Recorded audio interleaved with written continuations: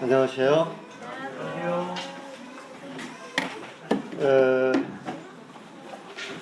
4월부터 이제 월 1회씩 복음에 대해서 성경에서 말한 복음에 대해서 우리 청년들이 이제 공부하고 그러고 복음을 전하는 훈련도 받고 그리고 이제 이 청년 형제 자매들이 캠퍼스나 직장에서 복음을 전해서 영혼들 구원하는 이런 큰 일을 감당할 수 있도록 이렇게 복음에 대해서 앞으로 공부를 이제 할 계획입니다. 먼저 그 복음에 대한 주제를 말하기 전에 일본 어느 모임의 형제님의 그 간증을 좀 먼저 들려드리겠습니다. 제가 어느 날 그 서울 북부 모임 뭡니까 그 모임의 그걸 뭐라고 그러죠? 홈페이지? 예. 모임의 홈페이지를 이제 들어갔는데 일본 모임의 어느 형제님이 이제 말씀을 전하면서 대부분 이제 실제적인 간증들을 이렇게 했는데 그 형제님의 이름을 제가 참 이렇게 메모를 못해서 이렇게 이름을 모릅니다만은 제가 그걸 이제 간증을 들으면서 큰 감동을 받고 또 많은 것을 생각하게 되고 배우게 됐습니다. 여러분들도 그 서울 북부 모임 홈페이지에 들어가서 거기에 이제 그 형제님의 간증을 한번 이렇게 들어보면 큰 그 도움이 될 것입니다. 그 형제님의 간증 중에서 한 부분을 잠깐 말씀을 이제 드리겠습니다. 이 형제님은 병에 이제 걸려가지고 그 병명을 제가 잘 모릅니다만은 이 온 몸에 움직이지를 잘 못해가지고 때로는 성경도 이렇게 손을 들고 이렇게 보기 아주 어려울 정도로 이렇게 몸을 움직이기에 굉장히 힘든 이런 병에 걸려가지고 침상에 이제 누워서 지내는 거의 밖에를 이제 못 다니고 그런 가운데 이제 있었습니다. 그런데 이 형제님이 마음에 그 복음을 전하고 싶은 마음에 강하게 일어나가지고 근데 이 형제님은 돌아다닐 수도 없고 움직일 수 없는 이런 상황이잖아요. 자, 그렇다면 구두자들에게 나가서 복음을 전하고 찾아가서 복음 전하고 이렇게 움직여야 복음을 전하는 걸 우리는 일반적으로 생각을 이렇게 하잖아요. 그런데 이 형제님은 움직일 수 없고 침대에 누워있는데 복음을 전하고 싶어. 그런데 어떻게 하면 그런 복음을 전할 수 있을 것인가? 여러분들, 그 형제님이 어떻게 복음을 전할 수 있겠습니까? 응? 일반적으로 복음을 전하려면 움직이고 활동할 줄 알고 그런 건강히 우리는 이제 주어져야만 복음을 전하지 침상에 누워있는 이런 상태에서 어떻게 복음을 전할 것인가. 근데 이제 이 형제님은 하나님 앞에 간절히 기도한 거예요. 말씀을 읽다가 그 기도에 관계된 말씀을 이제 약속을 믿고 내가 전도할 수 있는 방법을 알려주세요. 하나님 앞에. 그런데 하나님께서 그 기도를 응답해 주셔가지고 지혜를 주셔서 지금처럼 이렇게 이런 그 이것보다 뭐라 합니까? 이 칠판을 뭐라 하죠? 하이보드? 화이트보드. 예, 화이트보드. 예. 이렇게 화이트보드가 이렇게 지금 나와서 아주 이렇게 간단하게 이제 우리가 사용할 수 있는데 그때는 이제 일본이기 때문에 그런 거 없었고 큰 칠판을 이제 사단을 해가지고 그 칠판에다가 복음에 관계된 어떤 성경 구절을 딱 적어가지고 자기 집 대문 앞에다 이렇게 딱 세우는 거예요. 그러면서 이제 이 말씀을 읽고 하나님을 알고 싶은 사람들이 있으면 찾아오게 해 주십시오. 이렇게 기도를 드린 거예요.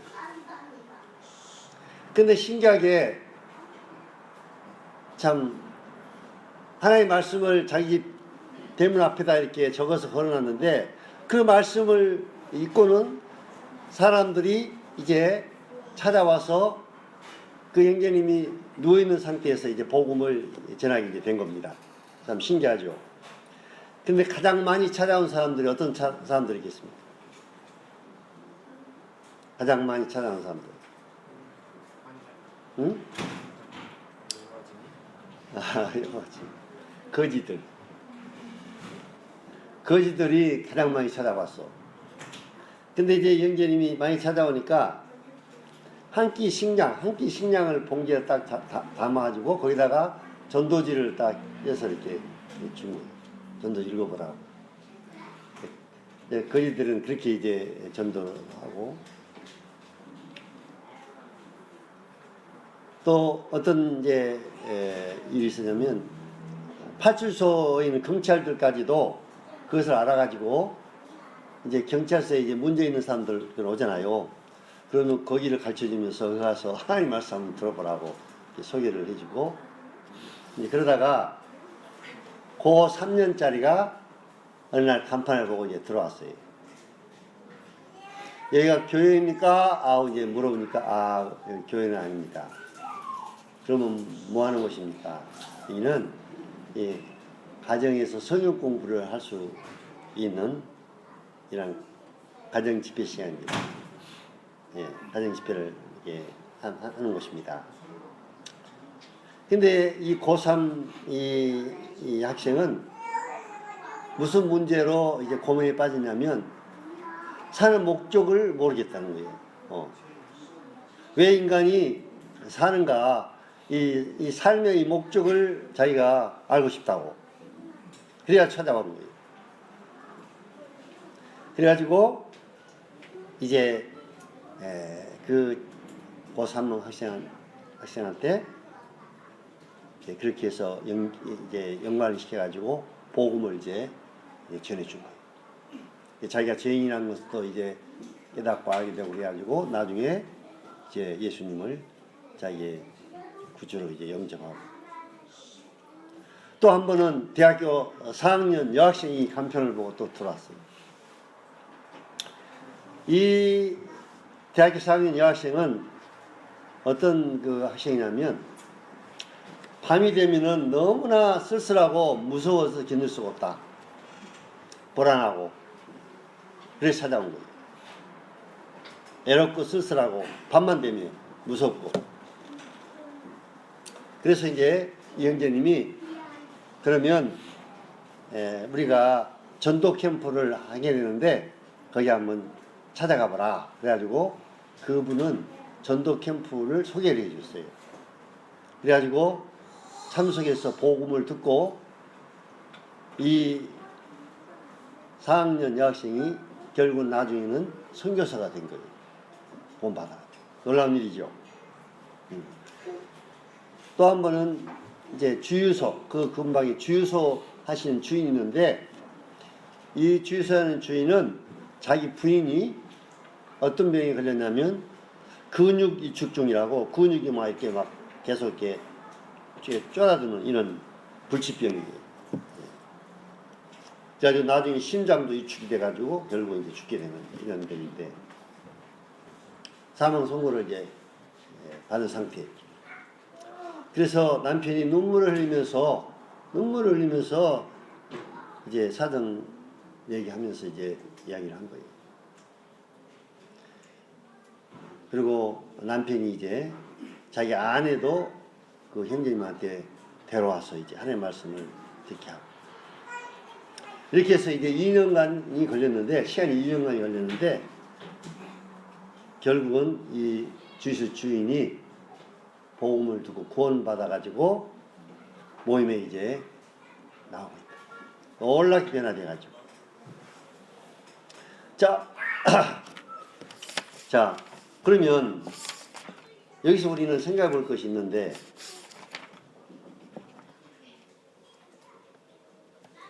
이 형제님은 불 끄고 움직일 수도 없고 일반적으로 생각할 때 복음은 건강한 사람, 움직일 수 있는 사람, 최소한으로 돌아다닐 수 있는 이런 상황이 있는 사람이 복음을 전할 수 있다고 생각을 하잖아요. 그런데 복음을 전하고 싶으니까 하나님 앞에 기도한 거예요. 이게 참 놀라운 거고, 기도해서 복음을 전할 수 있는 방법을 알게 해달라 하니까 주님이 그 기도를 들으셔서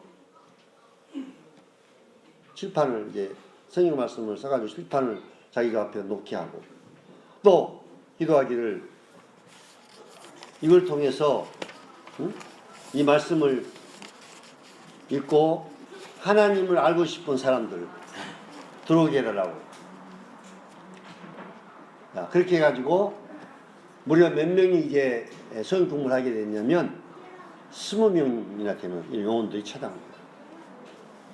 뭐 그냥 계속 연속적으로 찾는 건 아니지만 띄엄띄엄 이렇게 해가지고, 그러니까 그 중에 구원받은 사람들이 아까도 얘기했지만 여러 명이 되고 선교사가 되는 사람들이. 자, 그러면 우리가 생각할 수 있는 것은, 우리 형제 자매들 한번 생각해 보세요. 여러분이 복음을 전하는데 얼마만큼 관심을 갖고 하나님 앞에 영혼들을 생각할 때, 그리스도인이라면 누구나 다 복음을 전하고 싶은 마음이 기본적으로 있고, 어떻게 하면 복음을 전해서 영혼들을 구원할 것인가, 이런 고민과 이런 생각을 이제 하게 되는 거예요. 구원받은 그리스도인이라면. 자, 그렇다면 이 형제는 그런 상황에서도 하나님 앞에 방법을 알게 해달라 하고 기도하니까 방법도 알려줬죠.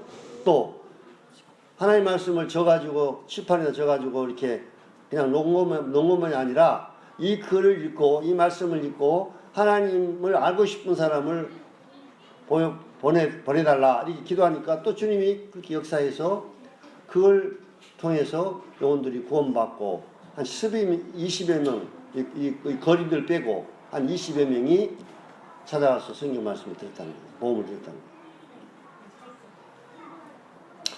자, 그러면 여러분은 이 복음을 위해서 어떻게 기도하고 무슨 시도를 하고, 하나님, 우리 캠퍼스 안에 우리 반이 몇 명 있는데 우리 캠퍼스 안에, 여러분 다니고 있는 캠퍼스 안에 영혼들을 위해서 복음을 전하기 위해서 무슨 기도를 하나님 앞에 드리고 있느냐. 자, 이 형제님의 간증을 그냥 간증을만 듣지 말고 여러분에게 큰 도전을 받게 하기 위해서 저도 이 간증을 들으면서 감동을 받았어요. 내가 다니는 직장, 내가 다니는 학교, 캠퍼스에서 여러분이 그리스도인으로서 복음을 전해야 되는데 무슨 기도를, 복음을 위해서 어떤 기도를 좀 드리고 있고 복음을 위해서 어떤 시도를 좀 하고 있느냐. 아무런 기도하다 하지 않고 아무런 시도도 해보지도 않고, 자, 그렇다면 무슨 역사가 일어나겠느냐. 여러분을 통해서 누가 복음을 듣고 누가 캠퍼스 안에서 구원받고 주님 앞에 더해지는 그런 역사가 일어나겠느냐.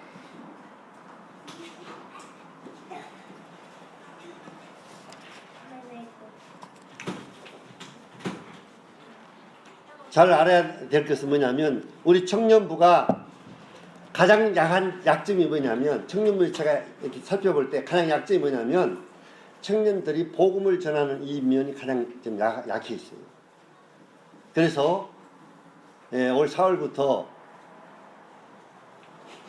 제가 이제 가장 청년들의 문제점, 가장 연약한 점을 얘기하니까, 방금 이 집회가 시작하기 전에 박태균 형제하고 좀 그런 교제를 했는데, 박태균 형이 뭐냐면, 이제부터 시작합시다. 이제부터 청년들에게 이 복음에 대해서 정확하게 가르치고 이렇게 해서 우리 동북계 청년들이 이제 캠퍼스나 직장 안에서 정말 복음을 전해서 영혼들이 구원받는 역사가 일어나도록 이제부터 이제 시작하면 되지 않겠냐, 그런 얘기를 했을 때 저도 그렇구나. 때가 늦은 것이 아니라 이제부터라도 우리 도목계 청년들이 성경에서 말하는 분명한 복음을 알고 복음을 지어서 영혼들을 구원하는 이 큰 일을 감당해야 된다. 자, 여러분들, 내가 그리스도인이라고 하는 가장 큰 놀라운 간증이 뭐가 있습니까? 내가 그리스도인이라는 거 가장 큰 간증, 세상 사람들에게. 여러분 성경 읽는 거 그래요. 성경 읽을 수 있어요. 또 하나님 앞에 기도할 수 있어요. 교회 정기 집회에 참석하는 거 참석할 수 있어요. 그런데 너희는 사마리아와 온 땅끝까지 내 증인이 되라고 하신 주님이, 예루살렘 사마리아와 온 땅끝까지 내 증인이 되라. 그리스도인이 예수 그리스도의 증인이라고 하는 가장 큰 간증이 뭐냐면 복음을 전하는 거예요. 나는 그리스도인이다 하는 것을 실제로 삶 가운데서 나타내는 것이 뭐냐? 복음을 전하는 거예요. 복음을 전하는 거예요. 자, 한번 생각해보자. 그전에도 그런 얘기했죠. 캠퍼스에서 공부하는 학생들, 너나 나나 뭐 다를 거 있냐? 너 뭐 때문에 학교 공부하러 왔냐? 출시하고 아니면 뭐 직장 얻고, 대부분이 일반적으로 학교에 왜 공부하러 왔느냐? 일반적으로 직장 얻기 위해서 오잖아요. 공부해가지고. 너도 그러면 그거 목적으로 위해서 왔다면 너나 나나 뭐가 뭐 다를 거가 있느냐? 아무 다를 거. 근데 같은 반에 있는 아이들, 과학생들하고 너하고 나하고 다른 점이 뭐냐? 나는 복음을 알고 있고 이 복음을 전하기 위해서 이 캠퍼스 중요한 목적은 나 공부만 하기 위해서 온 건 아니다. 너희들이 어떻게 하면 이 복음 전에서 영원한 생명을 얻고 구원받는 이 생명의 이 복음, 영혼들을 구원하는 이 복음을 난 알고 있다. 그래서 이 복음 듣기를 원하는 영혼들이 있다면 너희들이 정말 이걸 원한다면 나는 이걸 전해 줄 수 있다. 어떻게 하면 구원받을 수 있는 길을 나는 확실히 알고 있다. 그래가지고 과나 그런 아이들 중에서 직장에서 하나님을 아까도 그랬잖아요. 그런 사람들 찾아봤잖아요. 하나님을 찾는 사람들. 나는 인생이 사는 목적이 뭔가를 모르겠다. 그래야 찾아와서 복음을 듣고 구원받았잖아요. 이런 찾는 사람들이 있어요. 뭔가 진리를. 그런데 신천지이라는 어떤 방법과 수단 방법을 동원해 가지고 막 속이고 이렇게 해가지고 뭐 설문조사, 무언조사 뭐 막 어떻게든지 한 용이라도 신천지에 못하기 위해서 갖은 거짓말, 갖은 술수 이런 방법들을 동원해 가지고 사람들을 신천지에 이제 어떻게 하면 데리고 와서 신천지 빠져서 신천지 교인을 만들잖아요. 그럼 여러분들은 복음을 알고 있는 구원받았다는 사람들이 뭐냐 이거예요. 신천지 교인들하고 비교해 볼 때 뭐 여러분들은 뭐예요? 구원을 받고 복음을 알고 있다고 하는 그리스도인이 복음도 안 전하고.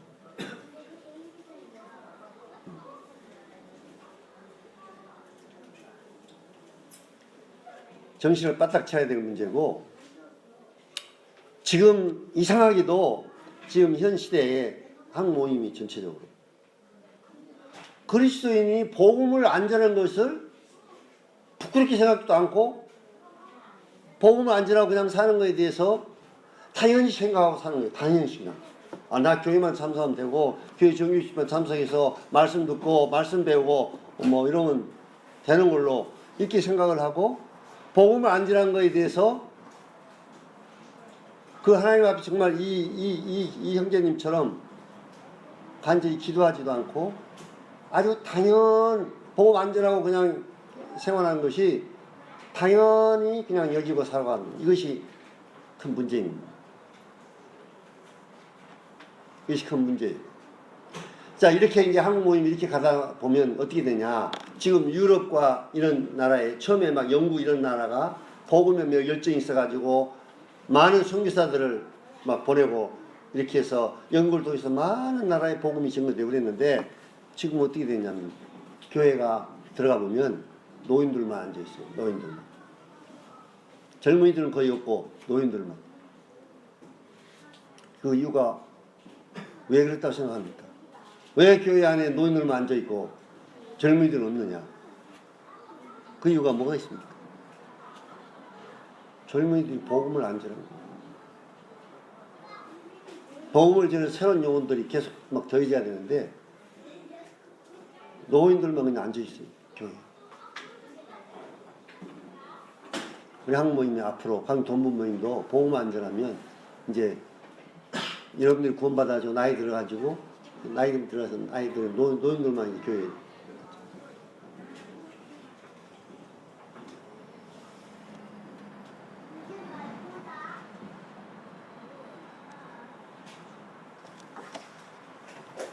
우리 갈라디아서 1장을 보시겠습니다.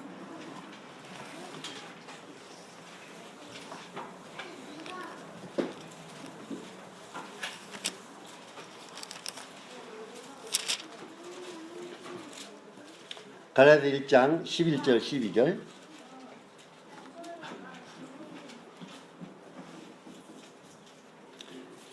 앞에서부터 이제 읽으면 좋겠습니다만 시간 관계상 두 절만 읽겠습니다.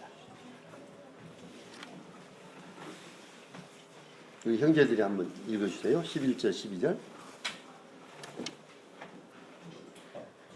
형제들아 내가 너희에게 알게 하노니 내가 전한 복음은 사람의 뜻을 따라 된 것이 아니니라. 이는 내가 사람에게서 받은 것도 아니요 배운 것도 아니요 오직 예수 그리스도의 계시로 말미암은 것이라. 예. 자, 여기서 사도 바울은 예수 그리스도의 계시를 통해서 받은 이 복음을 말하고 있어요.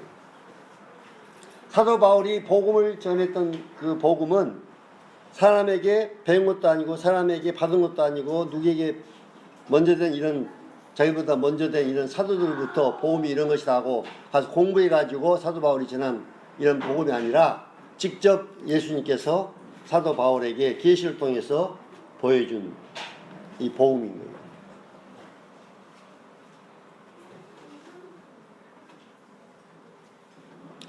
이 갈라디아 교회는 1장에 읽어보면 갈라디아 교회는 큰 문제가 생겼습니다. 거짓 교사들이 갈라디아 교회에 들어와서 다른 복음을 전하는, 복음을 변질시켜 가지고 다른 복음을 전하는 이러한 일들이 이제 일어났어요.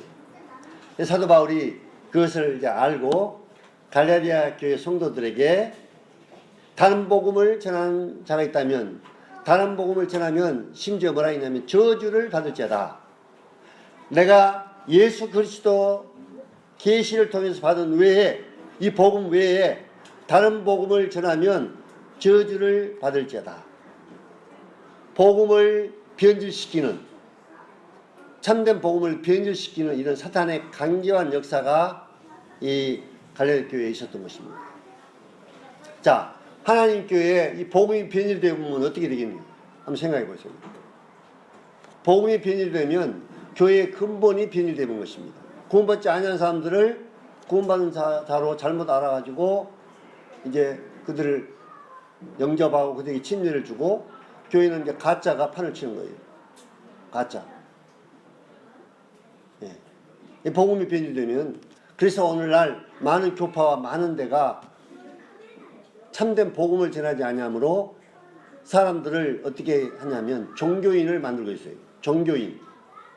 종교적인 어떤 의식에 이를 예배 참석해서 하나의 종교인을 만들고 있고, 또 이란들은 이란의 교리가 있어요. 교리.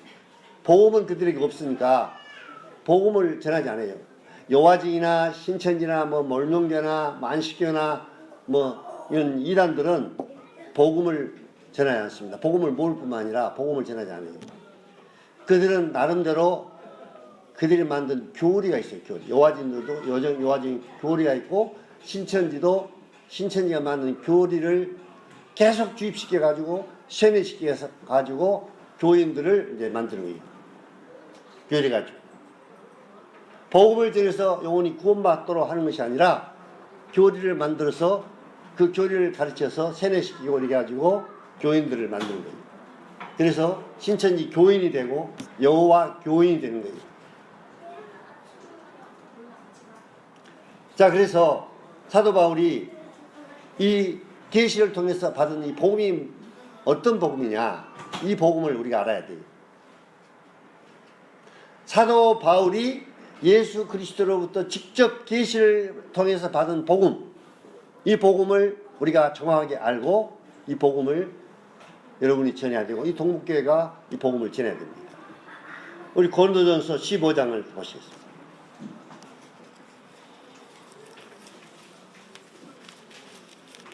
고린도전서 15장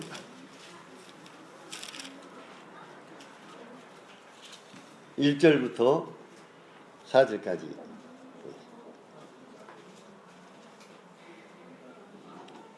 형제들아, 내가 너에게 전한 복음을 너에게 알게 하노니 이는 너희가 받은 것이 아니요 또 그 가운데 쓴 것이라. 너희가 만일 내가 전한 그 말을 굳게 지키고 헛되이 믿지 아니하였으면 그로 말미암아 구원을 받으리라. 내가 받은 것을 먼저 너희에게 전하였노니 이는 성경대로 그리스도께서 우리 죄를 위하여 죽으시고 장사 지낸 바 되셨다가 성경대로 사흘 만에 다시 살아나사. 자, 여기서 사도 바울이 고린도 교회에 복음을 전해서 복음을 이 고린도 교회 있는 성도 복음을 들었습니다. 그래서 2절에 너희가 만일 내가 전한 그 말을 굳게 지키고, 이거 복음을 말하는 거예요. 헛되이 믿지 아니하였으면 그로 말미암아 무엇을 받으라고요? 무엇을 받는다고요? 무엇을 받는다고 그랬어요? 응? 구원을 받는다. 자, 복음이란 건 뭐냐? 복음. 복음은 제가 그냥 이제 어디 카톡에다 글을 올렸습니다만은 성경 66권 전체가 다 복음은 아니에요. 성경의 주제는 물론 예수 그리스도지만 성경 전체가 다 복음은 아닙니다. 성경 안에 복음의 내용이 들어있어요. 자, 복음은 뭐냐 하면 그 복음은 그 즉시 믿으면, 그 복음의 내용을 즉시 믿으면 그 즉시 구원을 받을 수 있는 거예요. 자, 신천지 교리가 그 교리를 즉시 믿으면 여러분 구원을 받습니까? 여화진 교리를 배워가지고 그 교리가 여러분들 즉시 믿으면 구원받을 수 있는 그런 교리예요? 아니.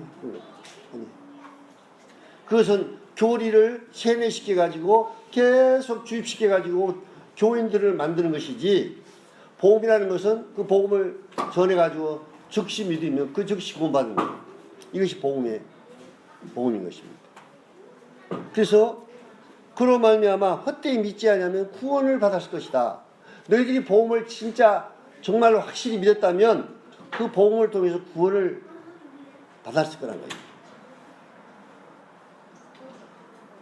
그래서 우리가 복음을 정확히 알고 여러분이 복음을 전하면 그 복음을 믿는 사람이 여러분 앞에서 구원을 받는, 구원을 확실히 얻는 이런 놀라운 역사가 일어난다는 거예요. 또 여러분들 그것을 체험할 수가 있고. 그런데 여러분들이 성경에서 말하는 분명한 확실한 복음을 전하진 않고 살면 어떤 그런 놀라운 체험을 할 수가 있나요? 아, 내가 복음을 전했는데 그 복음을 듣고 그 즉시 구원받아가지고 놀랍게 삶이 변화됐다. 삶이 진짜로 복음을 능력있기 때문에 복음이 역사하면 변화되는 거예요. 아이고, 죄송합니다. 능력있죠.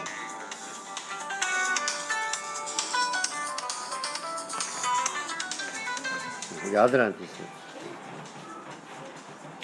자, 그래서 여기서 보면 복음에 대해서 얘기하고 있는데, 내가 받은 것을 너에게 전하였노니, 먼저 너에게 전하였노니 이는 성경대로 그리스도께서 우리 죄를 위하여 죽으셨다. 그 다음에 죽고 끝난 것이 아니라 장사 지낸 바 되셨다가 성령대로 사흘 만에 다시 살아나셨다. 이 부활을 말씀합니다. 십자가의 제사함과 부활. 이 복음의 핵심 내용이에요. 십자가의 제사함과 부활. 이제 칠판에 제가 적어주고 있습니다만은 그 다음에 사도행전을 보십시오. 사도행전 20장 21절.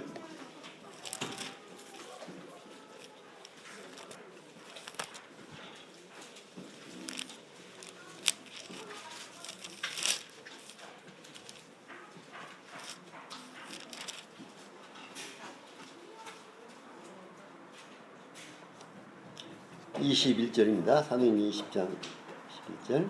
유대인과 헬라인들에게 하나님께 대한 회개와 우리 주 예수 그리스도께 대한 믿음을 증언한 것이다. 사도 바울이 이제 사도 전도 여행을 다니면서 복음을 전했는데, 사도 바울이 전한 복음이 뭐냐? 유대인 이스라엘 백성들에게나 이방인들, 헬라인들은 이방인들을 가리켜요. 유대인 외 사람들 이방인이라고 그러잖아요. 자, 그들에게 하나님께 대한 회개, 하나님께 대한 회개와 우리 주 예수 그리스도에 대한 믿음을 증거했다. 자, 여기서 이제 아까 고린도전서 15장과 이 말씀을 이제 종합적으로 우리가 생각해 보면 복음의 내용이 무엇이냐?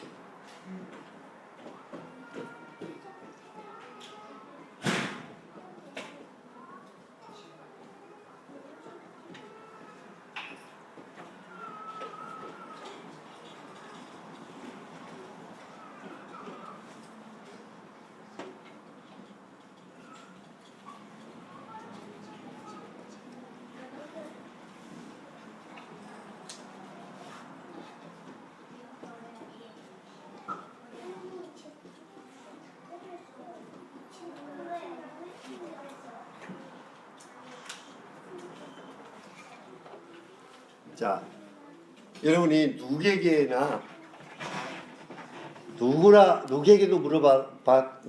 여러분의 질문을 했을 때 복음이 무엇이냐, 성경에 만한 복음이 무엇이냐 이렇게 질문을 받는다면 정확하게 이 세 가지를 얘기해 줄 수 있어요. 하나님께 대한 회개와 십자가의 제사함, 우리 주님의 구주되심과 그래서 우리 주님의 인성을 말하는 것이다. 또 부활하신 예수님 주되심과 우리 주님의 신성을 말씀합니다. 로마서를 보겠습니다. 로마서 1장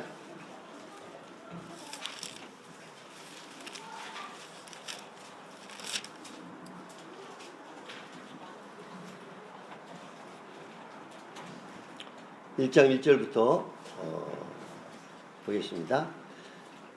예수 그리스도의 종 바울은 사도로 부르심을 받아 하나님의 복음을 위하여 택정함을 입었으니, 사도 바울이 복음을 위하여 이제 사도로 부르심을 받았다.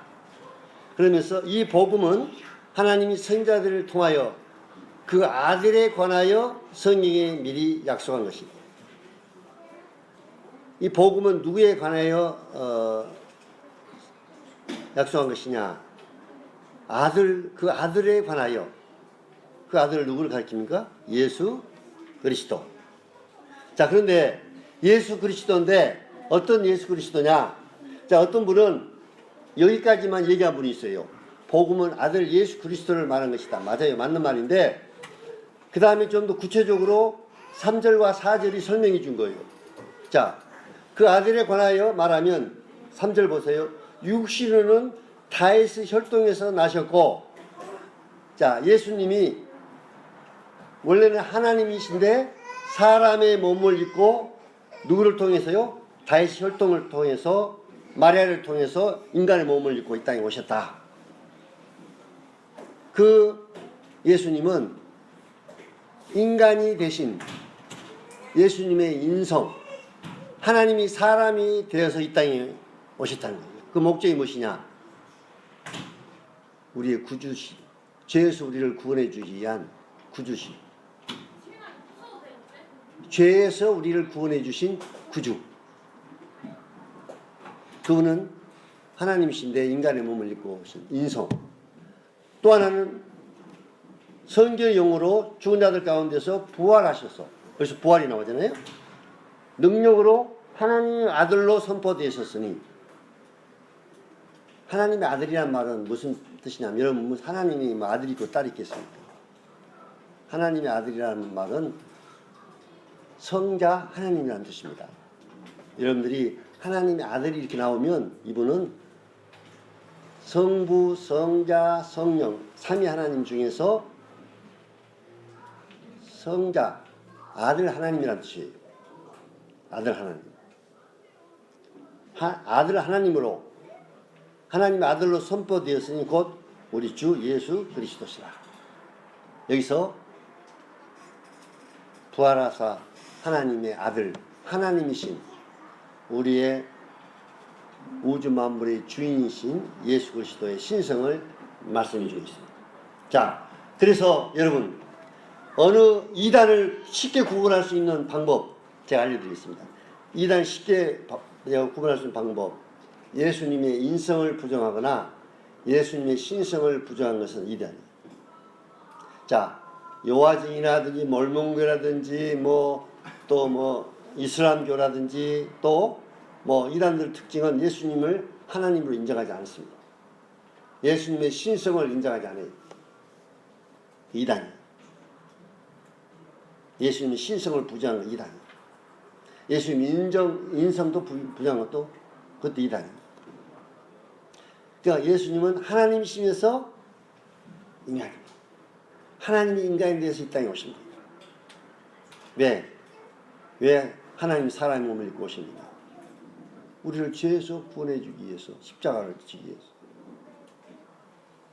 십자가에서 우리 죄를 담당해 주시고, 죄에서 구원해 주기 위해서는 십자가를 지셔야 되죠. 우리 죄 사함을 받기 위해서. 제가 이 예수님의 구주 되심과 주 되심, 이 복음의 내용을 우리 그 고레인 중에서 우리가 기도하고 있는 그 막심이라고 하는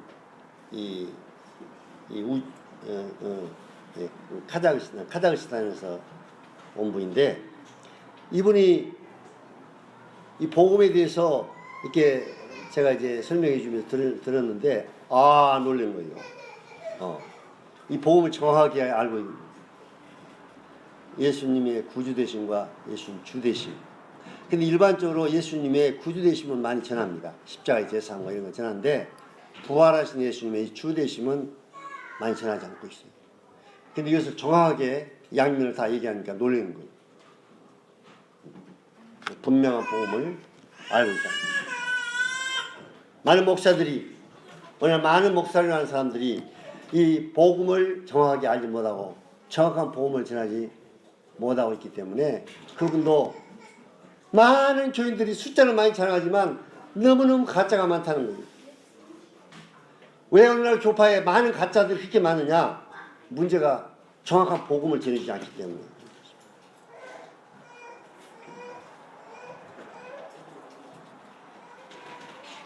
여러분이 한번 내가 예수 그리스도를 나의 구주와 나의 주인으로 분명하게 영접했느냐?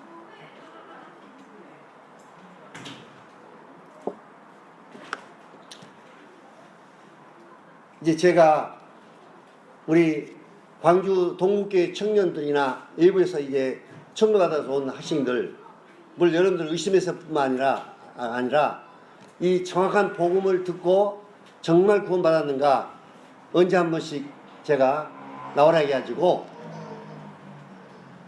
간증을 한번 들어보고 싶은 마음이 있습니다.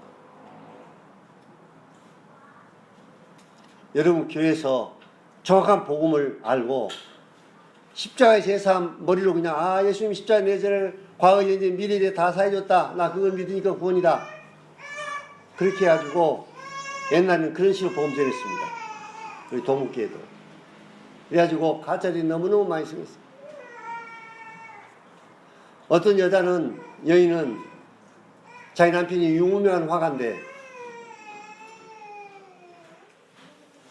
우리 구원받은 자매 동생이에요. 그래가지고 소개해가지고 강요에 와서 십자가에 이제 제사함을 듣고, 그때는 뭐 십자가 제사함까지만 복음을 알고 있었기 때문에 복음을 이제 듣고 눈물까지 흘렸어요.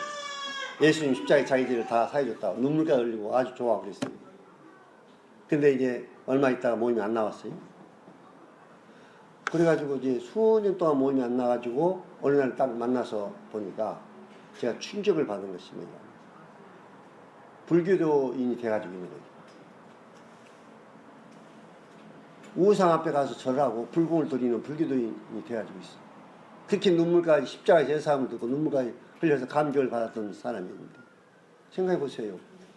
성령이 그 안에 그하고 구원받은 사람이라면 어떻게 우상 앞에 가서 목탁 두리고 거기 앞에서 절하면서 불공을 들 수가 있겠느냐.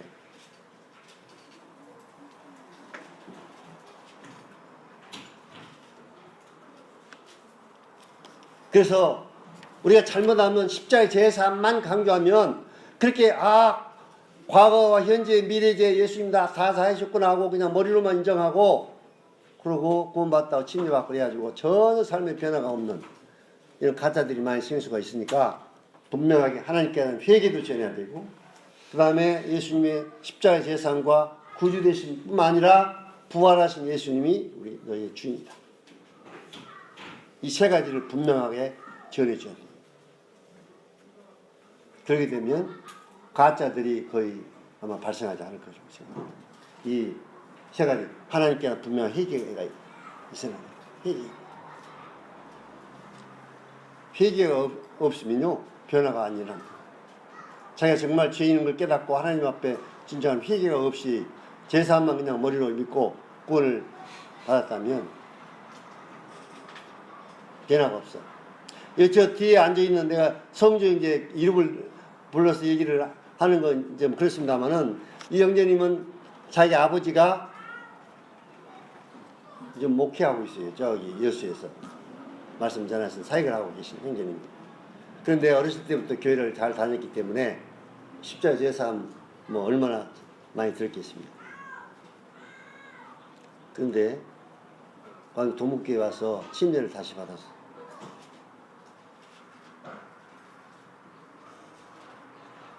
부활하신 예수님의 주 대신 예수님이 정말 구주뿐만 아니라 나의 주인이 되시구나. 그래서 침례를 다시 받았어.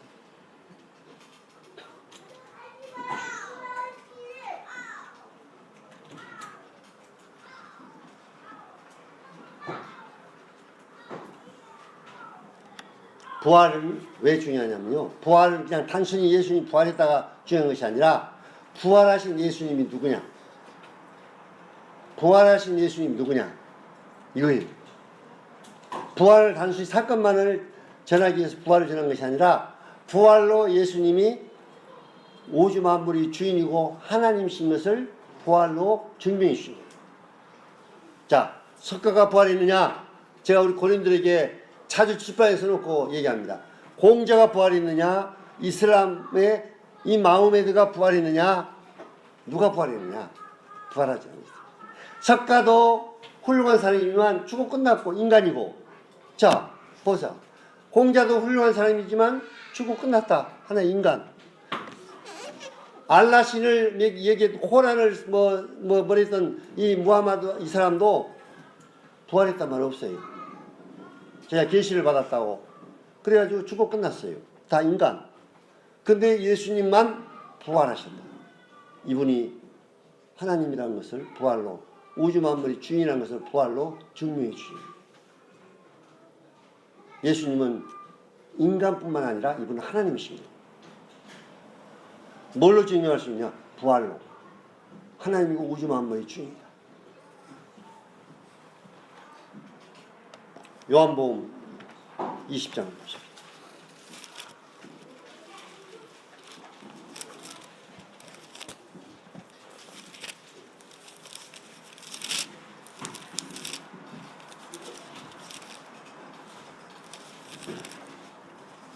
요한복음 20장 24절. 도마가 놀라운 고백을 하는데요. 여기 보십시다.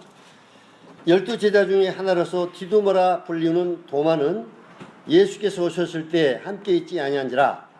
다른 제자들이 그에게 이르되 우리가 주를 보았노라 하니 도마가 이르되 내가 그의 손에 못자국을 보며 내 손가락을 그 못자국에 넣으며 내 손을 옆구리에 넣어보지 않고는 믿지 아니하겠노라 하니 여드를 지나서 제자들이 다시 집안에 있을 때 도마도 함께 있고 문들이 닫혔는데 예수께서 오사 가운데 서서 이르시되 너희에게 평강이 있을지어다 하시고 도마에게 이르시되 내 손가락을 이리 내밀어 내 손을 보고 내 손을 내밀어 내 옆구리에 넣어보라. 그리하여 믿음 없는 자가 되지 말고 믿는 자가 되라. 28절을 잘 읽어보세요. 도마가 대답하여 이르시되 나의 주님이시요 나의 하나님이시니라. 나의 주님이시요 나의 하나님이시니라. 자, 도마가 이런 놀라운 고백을 했어요. 도마는 3년 반 동안 예수님을 따라다녔던 제자였어요. 예수님 기적도 보고 말씀도 듣고. 그런데 이분이 진짜 하나님이라는 걸 믿지 못했어요. 예수님이 하나님이라는 걸 믿지 못했어요. 예수님이 정말 하나님인 걸 믿었다면 왜 도망갑니까? 십자가 예수님 끌려갈 때 자기들 죽을까봐 무서워 다 도망갔잖아요. 제자들. 그래서 예수님 부활했을 때 이제 제자들에게 먼저 나타났는데 그때 도마가 없었어요. 그래서 도마는 부활의 소식을 누구에게부터 들었냐면 먼저 제자들을 통해서 들었어. 야 도마야 예수님 부활했다 하니까 도마가 그 말을 믿지 않은 거예요. 너희 말을 믿지 못하겠다. 너희들이 만약에 혹시간에 진짜 예수를 본 것이 아니라 가짜 예수를 본 것이 아니냐, 혹시 유령을 본 것이 아니냐, 진짜 예수님이라면, 그분이 진짜 예수님이라면 어떤 흔적을 가지고 있어야 됩니다. 손에 못자국과 옆구리에 창자국을 가지고 있어야만 이분이 진짜 예수다. 내가 이것을 보고 확인해 보기 전까지는 내가 믿지 못하겠다. 이분이 너희들이 봤던 예수님이 진짜 예수님인지, 십자가에 못 박혀 죽었던 그 예수가 정말 살았는지 내가 눈으로 직접 그 옆구리와 창자국을 만져보고 확인해 보기 전에는 내가 믿지 못하겠다. 이렇게 한 겁니다. 네. 그럴만 해요. 여러분이 도마를 우리가 의심 많은 도마라고 하지만 도마가 의심 많은 도마가 아닙니다. 이분은 확실한 것을 믿고 싶었던 거예요. 확실한 것을. 그래가지고 예수님이 다시 나타났어요. 도마에게 보여줬잖아요. 손에 못자고 옆구리 창자를 보여줘. 그러고 믿지 못하는 자가 되지 말고 믿는 자가 되라. 도마가 부활하신 예수님 보고 뭐라고 고백했습니까? 나의 주심이요 나의 하나님이시오. 이분이 진짜 하나님이시구나. 우주 만물의 주인이구나. 여러분, 유대인들이요 예수님을 하나님으로 인정하거나 그러면 지금도 마찬가지지만, 그래서 예수님이 하나님이라고 하기 때문에 유대인들이 어떻게 했습니까? 신성 모독죄로 그 죄 때문에 십자가에 못 박았죠. 빌라도 총독이 넘겨준 거예요. 신성 모독죄로. 예수님이 하나님의 아들이라고 하나님이라니까. 우리는 조상적부터 믿었던 아브라함의 하나님, 이삭의 하나님, 야곱의 하나님만 하나님을 믿는데 청년 예수가 자기가 하나님의 아들이라고 하나님을 하니까 여러분들 유대인들이 그걸 쉽게 믿겠습니까?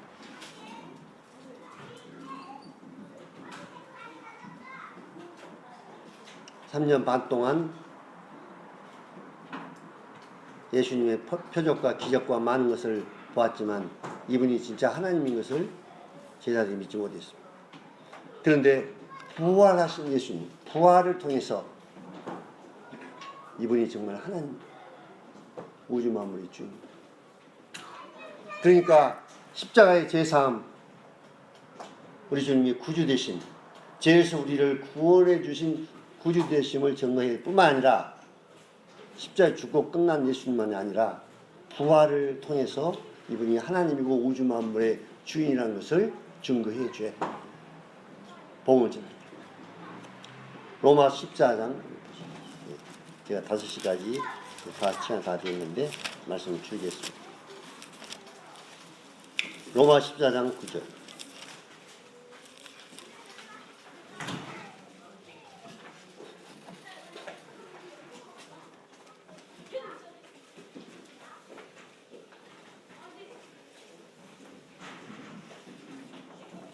이를 위하여 그리스도께서 죽었다가 다시 살아나셨으니 곧 죽은 자와 산 자의 주가 되려 하십니다. 죽은 자와 산 자의 주가 되려 하십니다. 이제 예수님은 부활하심으로 죽은 자와 산 자의 이제 주가 되신다. 로마 10장 9절을 또 보겠습니다.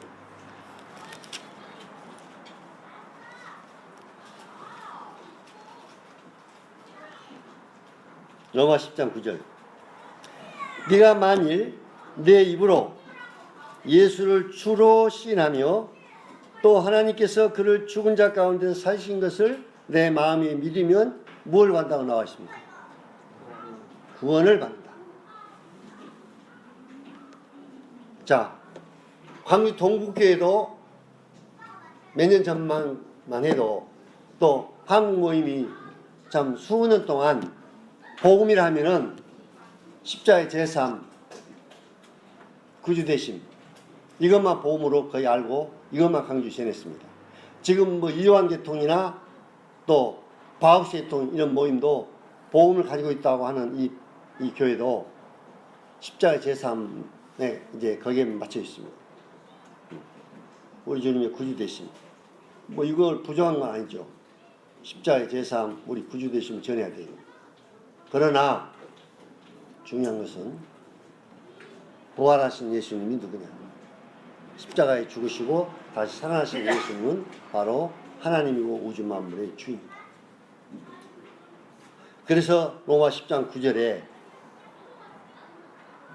네가 만일 예수님을 주로 신하고 하나님께서 그를 죽은 자 가운데 살리신 부활하신 예수님을 주로 여러분의 주인으로 모셔드리면 구원을 받는다. 아주 분명하게 말씀하고 있습니다. 그런데 아직도 우리 한국 모임에 이 부분은 많이 지금 받아들이지 않고 있습니다. 아직도. 그래서 동북교회는 성경에서 말하는 복음을 알게 해달라고 계속 기도해 갔어요. 주님이 그 기도를 응답해 주신 것 같습니다.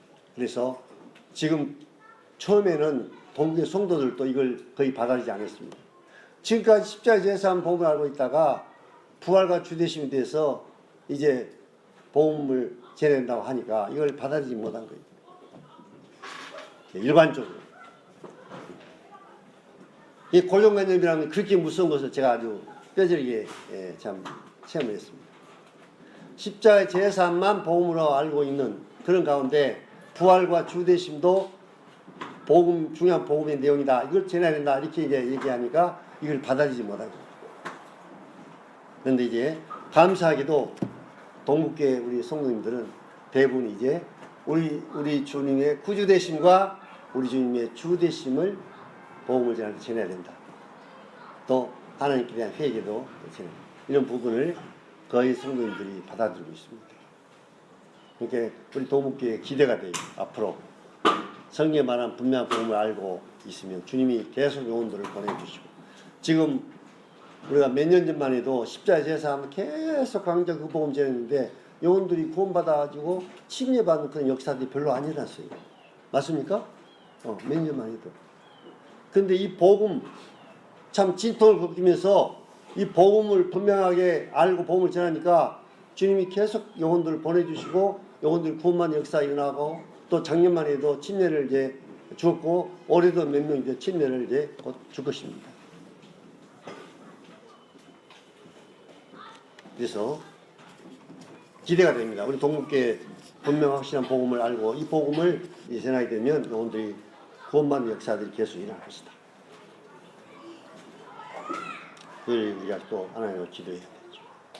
자, 그래서 우리 대학생들, 청년들은 먼저는 복음을 어떻게 전하느냐 이 방법보다도 먼저는 복음의 내용이 무엇이냐 이 복음을 먼저 알아야 돼요. 아무리 방법을 많이 알고 있다 할지라도 복음의 내용을 모르면 무엇을 전해야 될 것이냐 구도자들에게. 이걸 모르면 어떻게 복음 전합니까? 그러니까 복음의 내용을 먼저 알아야 돼요. 성경에서 말하는 복음의 내용이 무엇이냐, 이 복음의 내용을 확실히 알고 방법은 이제 여러 가지가 있죠. 방법은 여러 가지 것들을 우리가 거기에 맞게 합당한 방법을 통해서 성경에서 말하는 복음을 전해줘야 돼요. 그래서 우리 학생들과 청년들이 이제 앞으로 복음을 알아가지고 여러분이 이제 학교 캠퍼스에서 복음을 전해서 여러분들이 공부하는 역사가 일어나야 되고, 직장에서 또 복음을 전해서 여러분을 통해서 구원받는 역사들이 일어나야 돼요. 이것이 정상적인 그리스도인이에요. 뭔 말인지 알겠습니까? 정상적인 그리스도인은 구원받고 나를 통해서 또 복음을 전해서 그들이 구원받고 이게 영혼들이 재생산이 일어나야 돼요. 제 아들이 5년 6개월 동안 애를 못 낳아가지고, 야, 자식들 그냥 낳아서 길러서 결혼만 시켜주면 끝난 줄 알았는데 아이를 못 낳으니까요, 얼마나 마음에 어려움이 드는지. 야, 여인들이 결혼했는데 애를 못 낳는다고 생각해봤어요. 그럼 어떻습니까? 정상적인 여인의 역할을 하는 겁니다. 결혼하면 아이를 낳아야죠. 그렇죠? 여러분이 정말 구원받은 그리스도인이라면 정상적으로 영적으로 아이들을 낳아야 돼요. 내가 복음 전해서 여러분들이 구원받은 역사가 일어나야 돼요.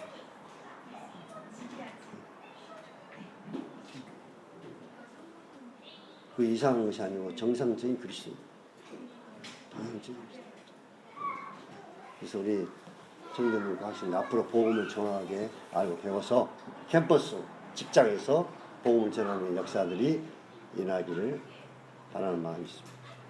그걸 위해서 기도를 해야 되겠죠. 네, 이상입니다.